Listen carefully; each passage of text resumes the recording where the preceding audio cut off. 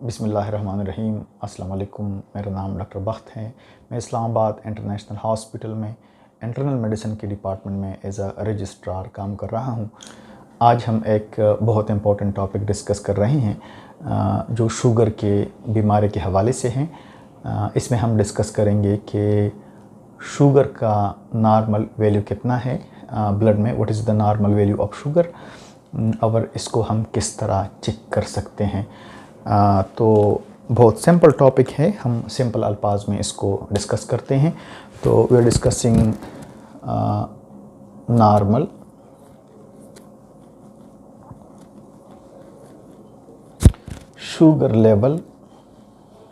Sugar level in blood.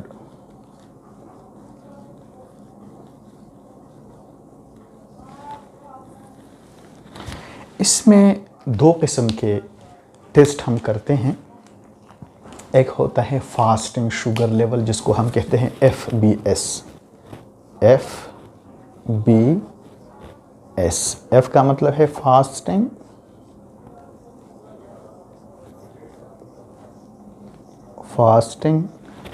Blood sugar.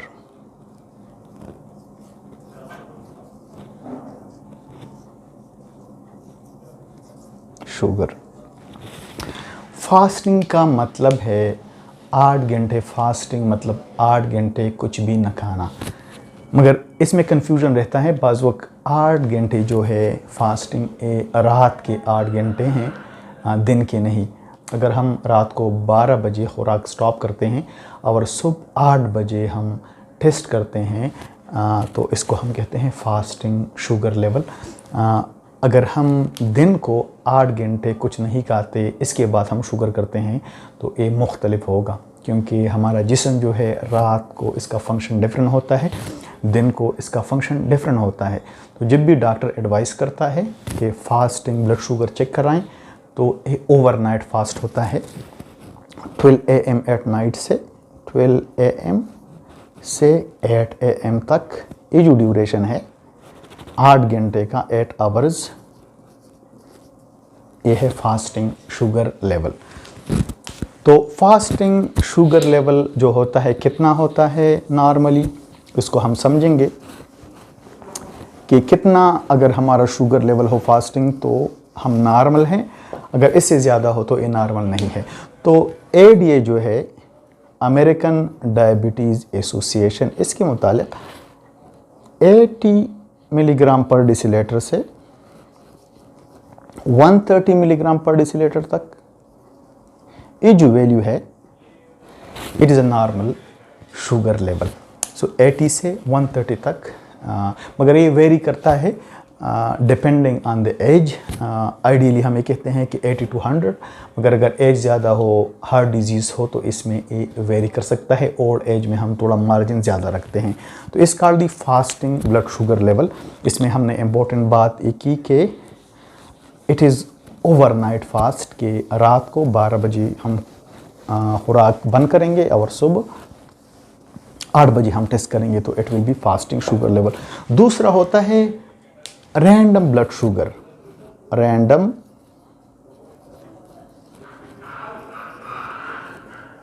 Blood sugar और simply RBS। अभी इसको भी समझना बहुत इंपॉर्टेंट है।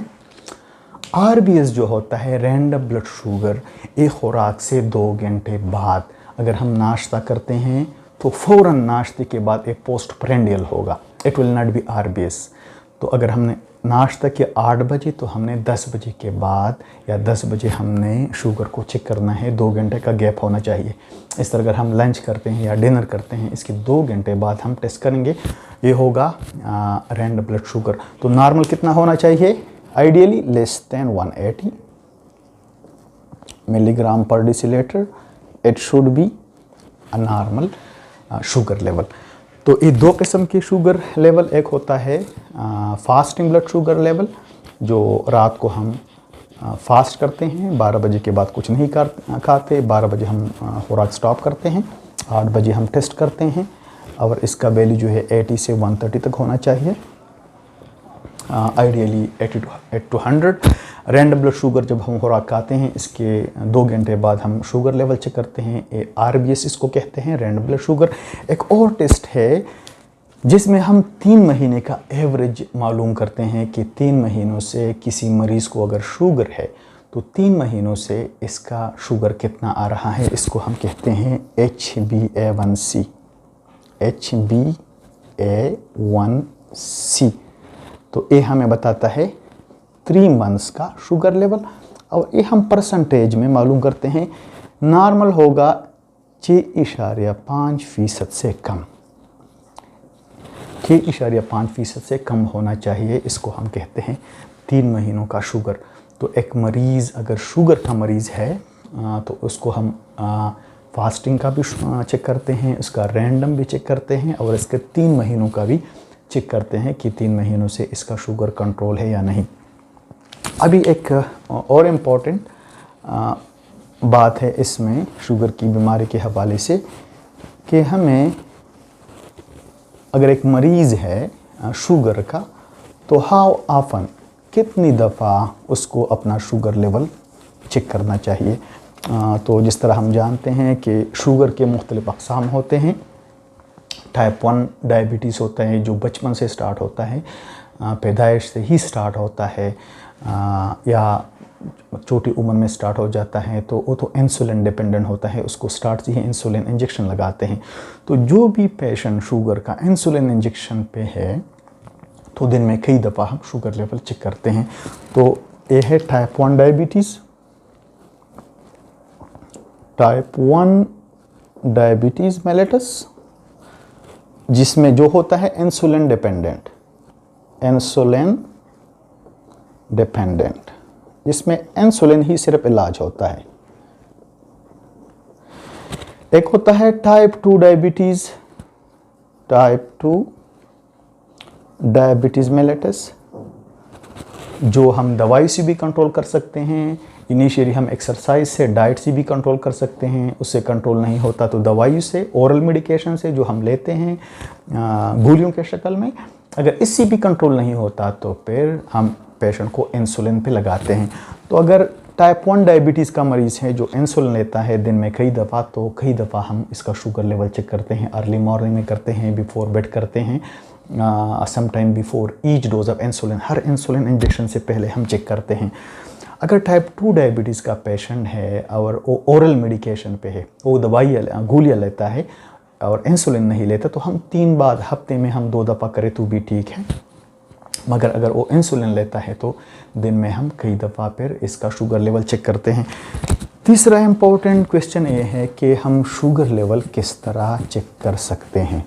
एक तो है हम पेशेंट से ब्लड लेते हैं हॉस्पिटल में, और उसका हम लैब में शुगर लेवल चेक करते हैं। फास्टिंग भी कर सकते हैं, रैंडम भी कर सकते हैं। एक होता है ऑन द स्पॉट, जो होता है ग्लूकोमीटर, जो मशीन होता है छोटा, और उसके ज़रिए हम शुगर लेवल चेक करते हैं। तो ग्लूकोमीटर जो एक सस्ती मशीन है, इज़ अवेलेबल, मेडिकल स्टोर में अवेलेबल होते हैं।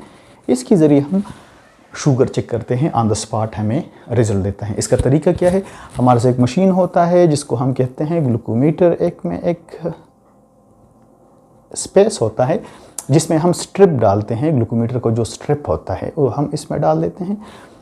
इसको ऑन करते हैं। पहले जो है इम्पोर्टेंट बातें हैं कि हाथों को साबुन और पानी से धोया जाए कि हाथों के साथ खुराक वगैरह कुछ स्टक ना हो, फिर हमारे साथ रिज़ल्ट जो है वो एक्यूरेट नहीं आएगा।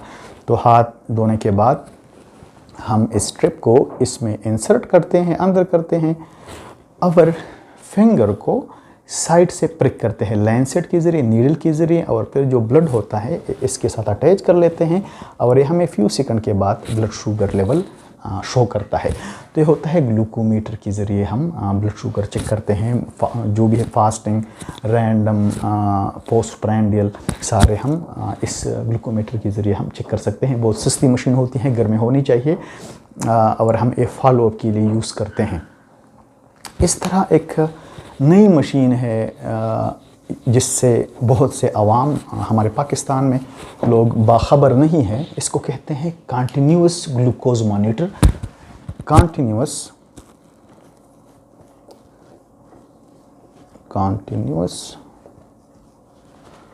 Glucose monitor.